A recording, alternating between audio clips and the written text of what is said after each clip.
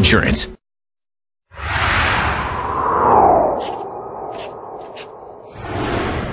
As the House gets set to vote on a repeal of Obama's sweeping health care reform, Americans for Tax Reform are showing how the law is not just about health care, but it ends up being one of the largest tax hikes ever.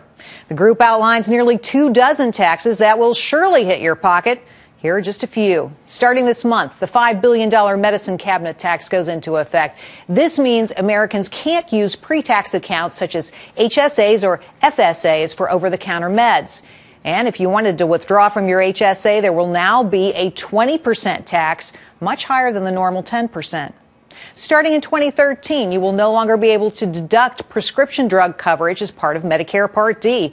That's about $4.5 billion headed to Uncle Sam.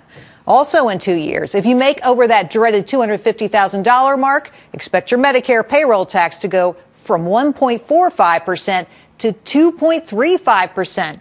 That'll bring in nearly $87 billion. The biggest taxes, thankfully, don't go into effect until 2014, but when they do, they will be painful. They're a result of the individual and employer mandates.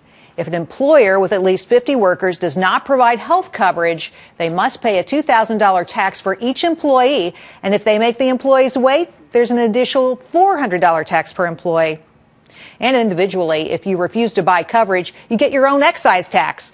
In 2014, that would be 1% of your income, and it goes to 2.5% if you still don't have coverage by 2016.